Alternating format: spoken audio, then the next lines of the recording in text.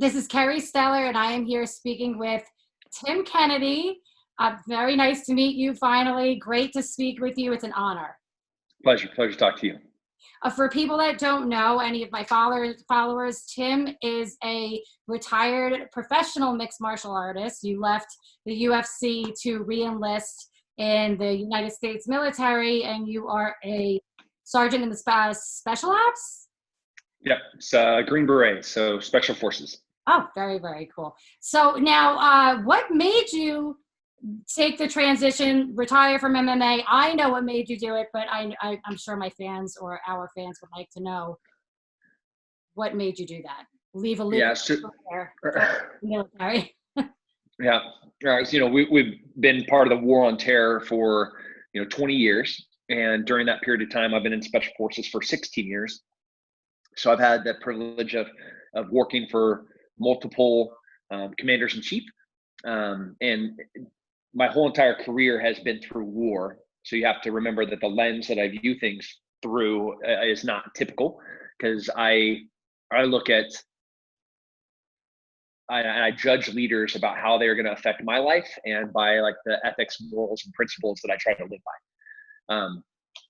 So having worked for Bush and gone and done great things, well, not really caring about any of his policies, just from a military perspective. Like, imagine your job when occupationally, when you're looking at like professionally, who is going to be your manager, who's going to be the owner of the company. Those are really important things that's going to determine whether you're going to stay at that company or you're going to try to transition to a new company. It's similar in that regards for the military. And you have some people that are very pro-military and try and support it and give us the tools that we need so we can go and win fights. And then sometimes not so much. And, I fought 8 years in Afghanistan and Iraq and Africa and South America under the Obama administration. That was really challenging. And some good things about him and some bad things about him. But moving into the 2016 elections, it was Hillary Clinton or President Trump. And I had a lot of friends that had worked for Bill Clinton, and a lot of horrific things happened to them in the military, to include Mogadishu and Benghazi. And so then with Hillary Clinton at the time, Secretary Hillary Clinton, what happened in Benghazi, those were a lot of my friends. Those are people that I work with, people that I train, people that I deploy with. And so I wouldn't have had confidence, and I couldn't put my life in the hands of another person that I couldn't trust in what was going to happen. So after she didn't win, I re-enlisted so I could continue my career within Special Forces. And I'm happy with my decision. I miss fighting, of course, but I love the military. I love Army Special Forces, and I love my job. Well, I've seen you still train too, which is awesome. At least you get to do that, and you're able to still have your foot in the fight industry, and you are fighting in a different way. And it's funny. I don't shy away from questions like that, and people always ask me, who did you vote for? I said I think it's pretty obvious who I voted for, and exactly the same reasons that you did. I looked at it as a perspective of, morally, what is this going to do for my life? Is this going to make my life better? And just looking, I'm 41 years old, from Bill Clinton's presidency down to 2016. I wanted to vote for a guy that would do bipartisan work and would want to, our military was depleted. I could go on and on and on about the reasons, but you're fighting for a winning team. So now we have a crazy media out there, and I'll say that because it's the most incredible thing I've ever actually sat back and witnessed. From we were able to say whatever we wanted. You had your freedom of speech, you had freedom of press, and then I think I noticed it with what was his name? I can't think of it. The guy on the radio that got taken off the radio for saying stupid shit. He was very sexual. What was his name? I can't think of it off the top of my head. but he got taken off the radio. He said some stuff at the same time Oprah Winfrey had said some stuff, and she didn't get taken off of the airwaves, and her show didn't get taken away from her. And I can't believe his name is escaping me, and I could see his face right here. But I said, this is freedom of speech. This is, if you don't want to listen to him, turn off his radio show. It's just really that easy. And I said, I watched certain freedoms being infringed upon over the last 15, 18 years. So I agree. It's one, we need to be in a team that's winning, and two, we need a media that's not going to sit there and spread lies, misinformations, be afraid to tell the truth or talk about it. And that's why I wanted to interview you. The stuff I've been seeing on the news and the stuff I've seen and heard President Trump say, nobody's talking about. Yeah, it's not. While I think the media is primarily to blame, we're living in an era of the outrage culture where people get triggered, and we're using that as an excuse for people to act irresponsibly with their words, right? So if I say something that somebody else doesn't like, there's now like a systematic, almost strategic approach to how to neutralize what I have to say. They're whether that's going to the social media avenue that I'm talking through, and reporting me, or having all the people that think like me report me, or trying to take the things that I say and categorize those things as hate speech, so I'm not allowed to say them, or have such a negative, like a visceral response, and multiply that to like this group or this collective, where that what I said gets magnified and kind of taken out of context, and that group then starts doxing and attacking me or my family or the school or whatever. Well, it seems random when you look at individual things, but when you take a step back and you look about how this outrage culture, both the media and through social media, how they're limiting how people are able to communicate. I don't think that there's any other way besides for everyone to reasonably say that they're negatively affecting our ability to speak freely. And it's a pretty important part of the Constitution, right? So that we can have freedom of speech. So when at some point when you don't like what somebody says, that's okay. Yeah. They still have their right to say it. But that's not the approach anymore. The approach is, okay, well then how do we get them to not say those things, or limit them so nobody can hear what they have to say? And it's happening time and time and time again from, I think you're talking about Howard Stern. Is that? Yes. Yeah. Thank you. Yeah. From Howard Stern to InfoWars, like regardless if you like those guys or you think they're crazy, it doesn't matter. Yeah. Like they have the right to say those things. The only time that freedom of speech should not be allowed is when it negatively affects somebody else, right? So like screaming fire inside of a movie theater, because that can get people hurt, trampled on. But going outside and saying something that makes my blood boil because I disagree with it so passionately, awesome. Like that is your right to do that. To the most nth degree, right? Burning on the American flag. Yeah. Pooping, like I don't care. Yeah. That is your right. It might be dumb, but that's your right. And I think we're in a period of time where people don't realize how dangerous of a time we're living in, where those freedoms are being eroded faster than they have in history. Yes, they are.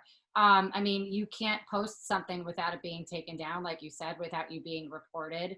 I just recently have been able to start searching things on Google that I wasn't able to a couple months ago, which shows their censorship is pretty much lifted. But then I go to search it and it's like buried. So it's really wild, the stuff that you're witnessing, right? And then I'm watching all of the addresses that are going on around the virus. We all know it's real. It's, stay away from people, listen to what they're telling you. I get that. But what I'm not understanding is when President Trump is talking about rescuing 25,000 people from overseas, and saying that they were locked in, and the words that he was using and the verbiage he was using, how nobody on the news is saying, okay, obviously President Trump is talking about, I would venture to say human trafficking. He spoke about it yesterday. The drug cartels that he spoke about 2 days ago or last week, nobody reports on it. Nobody wants to talk about it. And I get it. It's, you know, you're saying things that could get you, you know, it's scary. You don't know what could happen. You could lose your job. We've seen it happen in the last 2 weeks. People have lost their job over saying something that they, you know, it's their belief or whatever. It's crazy. Yeah, it's bad. It's not just our freedom of speech. Obviously, if there's something that YouTube doesn't like, or Twitter doesn't like, or Facebook doesn't like, Instagram doesn't like, they're able to bury that. Yeah.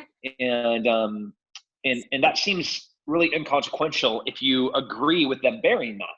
But you have to imagine those rules being reversed, right? Where, the NAACP comes out and says something, and that gets buried. But you agree with what they're saying, but now you can't find it. Yeah. Nobody else can find it. Yeah. Or the NRA says something, right? Obviously, opposite ends of the spectrum. Now, if you don't like the NRA, you're like, that's okay. I don't care. The NRA, they should be able to say things, and I don't like what they say. But imagine, if the ACLU said it, or, like your favorite politician said it, and all of a sudden the algorithm, because of the political position of that person, that disappears from anybody's ability to be able to hear it. Now, I understand that those are all private corporations: Instagram, Twitter, Facebook, YouTube. But currently, those are town forums. Those are, in a sense, utility. I am against the litigiousness of our society. I'm against kind of how we are in creating so many laws. And I, as a libertarian, I don't want the government to be getting into people's business, because I hope that capitalism can even out all indiscretions. But a monopoly is when somebody has complete control over something and nobody is able to enter into that market. And that's what it is right now with those four powerhouses. Yeah. So even if a new opportunity or a new platform came out for somebody to speak freely, everybody's even, it can't exist. There's no way that could support, even if the consumer under this capitalistic idea could run to it, it would be squashed and destroyed by these powerhouses, by these monopolies. And they're serving as a utility. And in practice, they are neutralizing the voices that they disagree with. And that's a problem. Yeah, I agree. Just because you don't agree with it doesn't mean that it's not right or not the truth even. And at the end of the day, a lot of the stuff, if you go on research that's being taken down or being reported, whatever the case may be, you can find factual truth behind it. I put something up, it gets taken down, and it's, like immediate. But it's all stuff that you can literally go, it was said yesterday on the news or in the addresses, and none of it is being talked about. And to me, General Flynn said it, and he said that the media has done themselves a disservice. It's a disgrace, and what they've done to the American people is a disservice and a disgrace as well, because it's misleading. It's caused us to have a divide that I've never seen anything like. I'm not going to just blame it on them. We're at fault too. We have our phones in our hand 24/7, looking at Facebook and, sharing it, liking it. And it's in your face. You can't even help it at that point. But for me, there's so much stuff going on right now at this current time that's so important and imperative that people know. It's just not getting out there. So that's why more than ever, I've been trying to kind of steer away from the MMA and get more into what's really going on and what can I do to serve my country, which would be getting the truth out there in any means possible. Yeah. We're hammering freedom of speech, but that's not the only one that's being infringed upon right now. Google said that they're going to be tracking people's movements. And while they have been doing that for a long time, I'm well aware of that. Thank you for everybody pointing out that Google and everyone has been tracking our locations. Not since the Patriot Act. So under the Patriot Act, you would have to go to a judge and get a warrant to be able to access that person's information. What Google is saying that they're going to be doing is handing that information directly over to health officials That's the government. When we say health officials, that means Google, a private enterprise, is going to be tracking where everybody is going, who they're going to who they're going to be with, and then they're going to hand the information over to the government. Mm-hmm. That's a problem, Yeah. right? Like if you have a dude cruising down the Pacific Ocean on a paddleboard and he's getting arrested for being on the Pacific Ocean, and we have Google that's tracking your location and handing that over to the government, and the government saying, hey, at some point we might have to go into people's homes to remove family members out that we think are sick because we don't want them to get other people sick, because it appears that people are transmitting this illness and this virus even at their homes. And we're just like, oh, okay, well, it's to protect the old. So yeah, for sure. Come on in. Let's just give up another form of protection that has been provided since 1776, right? Like you can't come into my front door. I own this place unless you have a warrant. And where is that warrant coming from? From Google? That's not how that works. Yeah. So things are dangerous right now, and people need to wake up about how fragile this thing that we call freedom is. It is. And I've been saying it for a while, the dangerous and the severity of the situation that's going on is really, it's like nothing I've ever seen. And it's just so many freedoms that are I can't even like count on my hands. I mean, at the end of the day, I remember last year watching Facebook and seeing, I can't count on my hands how many videos of women talking about them being followed and almost accosted, them and their kids taken and into vans. And I'm sitting here and I'm watching this and going, okay, follow the bouncing ball. We got human trafficking, a major problem with it. And this goes worldwide. And just from what I've been watching from all of the addresses and reading and everything that I'm seeing, that seems to be something that right now our administration is doing, is taking down sex trafficking, drug trafficking, child trafficking. And then I want to know why they're training people to fight underground. I mean, to me, that says that, tunnels, sex trafficking, they got to get it somewhere. Can you elaborate on that? I mean, nothing new. People that do nefarious things try to do those things in darkness and without the purview of the good guys. So the good guys have to learn new ways to combat the techniques that the bad guys are using. So we are building a wall. That's happening. And that wall is preventing the movement of people that it used to be easy, right? Like you could drive across the border. Yeah. You could clip a couple of links of chain link fence and you could walk a couple of miles, link up at a new intersection, and off you go. Well, now you got a 40-foot wall, right? Yeah. That has surveillance equipment that's being patrolled by drones. So it is a physical barricade that is also being watched. A lot of people skip over, like they just think wall and that's all that there is. But any obstacle that doesn't have eyes on it is not an obstacle. Yeah. So the reason why the DMZ between North and South Korea is so dangerous is because of the number of eyeballs that are always watching. There's not an inch that isn't covered by eyes. And that's what we're doing with our southern border. And so the drug cartels and the smugglers, whether it's human traffic or guns or drugs, that they're trying to figure out new ways to get around, over, or under that wall.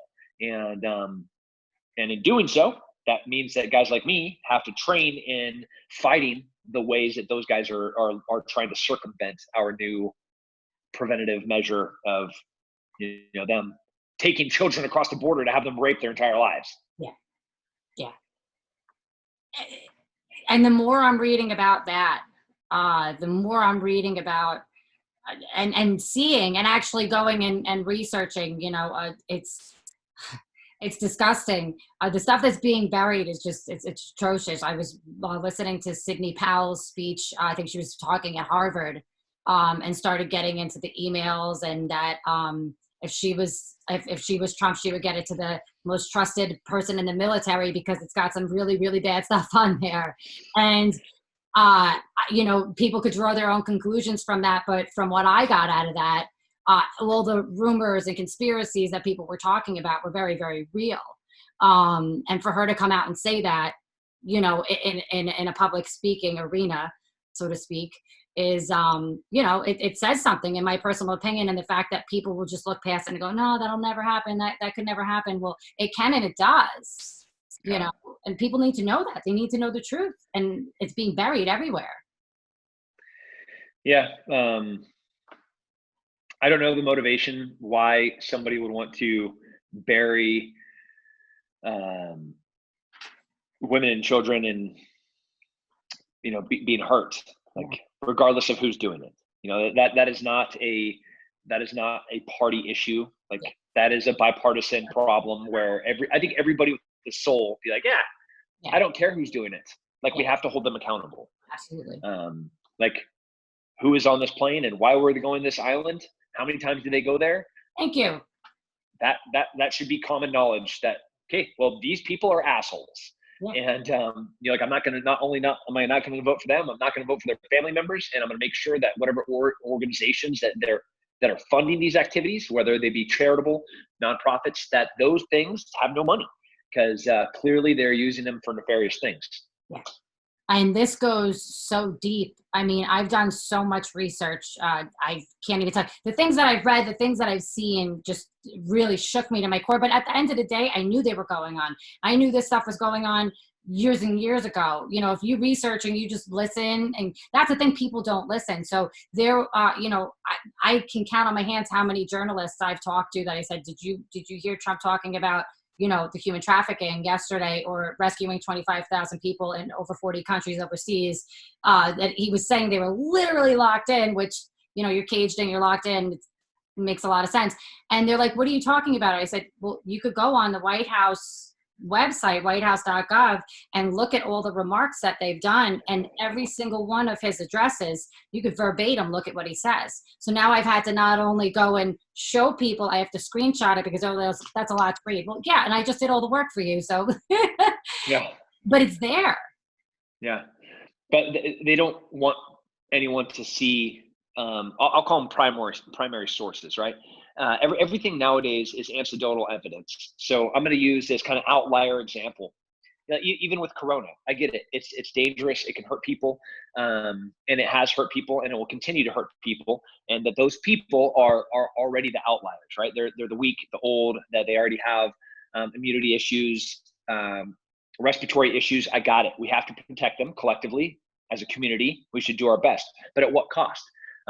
Anytime that the cure is more damaging than the disease, you can't use the cure, right? And if we're going to shut down trillions and trillions and trillions of dollars worth of the economy, we're not talking money versus lives. We're talking lives versus lives. Absolutely. Because when people are poor, when people can't put food on their plates, when people can't feed their kids, when people can't pay their rent, then they're homeless. Now there's more drug addicts. Now there's more alcoholism. Now there's more suicide. This is a super slippery slope that it happens really fast. And in a month of people not working, like we've already seen the unemployment numbers. Yeah. Another month like that, we're talking suicide, drug addicts, in amounts that we can't even fathom, that we haven't seen in 80, 90 years. So like we have to be diligent in paying attention to not what they want us to say, but the primary source, what is really being said. Yeah. So, they bury the things that they don't want you to hear, and they bring out things that they want you to get spun up about, because they make more money the more that you're spun up. Absolutely. Like if you don't understand that if you aren't doing more clicking, they're not making money. So they want you to click. All the time. So if you have President Trump that says, hey, this malaria medicine, this might work, and I've seen it work sometimes, and then 5 seconds later, 5 seconds later, he starts talking about how they rescued 25,000 people. Yes. You're not going to hear about the 25,000 people that were rescued, because nobody wants good news. Yeah. Well, the media doesn't want good news. They only want, wait, he said he's not a doctor. He can't prescribe people malaria. It doesn't matter, man. Like, leave it all in a neutral information as a primary source so people can go and figure it out themselves. Yeah, it's true. And, how they treat him is just atrocious in itself. I actually already wrote the press, the guy that does the press credentials at the White House, because I would love nothing more than to sit there and ask the question that should be asked and treat him how she. I mean, it's just not right. I've looked at the way that the media and even just everybody in politics have treated every single other president, and it's really wild. And I said, if somebody's hated on a lot of sides, it's because they're doing something that is either going to threaten what the other people, their way of life, or their road has been for so long, right? So now Yeah. there's a new road, there's a new option. We have a Yeah. guy that wants us to have, at least from what I'm seeing, for what my life would be a better life. So, now that we have options and people like freaked out, I mean, you could see it. People are still not over the fact that he won. This is 4 years later, guys. Get over it. He's going to win another 4 years. I mean, they need to get over it. First, I tell people, if you don't like winning, I'm fine with that. You could tell me that and I'll accept that as an answer. But anything else at this point, give me concrete reasons, because I'll give you an educated synopsis as to why I voted for him. And most people can't. They can't give you an educated reason. They just want to, okay, well, we don't like, I had a girl tell me they don't like his hair and that he's orange. And I said, I feel really bad for you. Like, if that's why you don't like him, I feel bad. Yeah. I mean, he says that, oh, well, he's a misogynist. Well, you know what? He's a man. He's a man. And if you look at the other presidents, he's not a pedophile. He's not a guy groping people's kids that they don't even know. When people go, well, that's like a grandfather. No, that's not. No, my grandfather wouldn't have touched kids he don't know. You know what I mean? It's just weird what the world is accepting and what's okay and what's not. And like I said, I really, really, really wanted to reach out and speak to you, because I felt, if anybody, I've watched you on Fox News, I've watched you speak before, and you have no problems with saying how you feel and the truth. So I really needed this, and I really, really sincerely appreciate it. Well, it's my pleasure. And, just keep fighting the fight and, protect our freedoms. Absolutely, at any cost. And thank you so much. Tell everybody where they can follow you, because you got some really great stuff going on, and your Instagram's awesome. Yeah, thanks. Tim Kennedy MMA is all the social media, and my company is Sheepdog Response, so you can follow them too. Awesome. And I just got to ask you, no chance of you ever fighting again? I competed a couple of times this year in some grappling tournaments, and it felt really good to be back in the competition kind of cycle. Obviously, I'm still in kind of fight shape, so that option's always there, but it's not currently on the horizon. Well, as a Tim Kennedy fan, in and outside of the cage, if that ever happens, one, I'd love to do an interview and talk about that. Two, thank you so much for what you're doing. Thank you for your service. Thank you for your time. And keep fighting the good fight and go get them. Awesome. Thank you. Thank you. Bye. All right. Talk to you later. Bye. You too. Bye.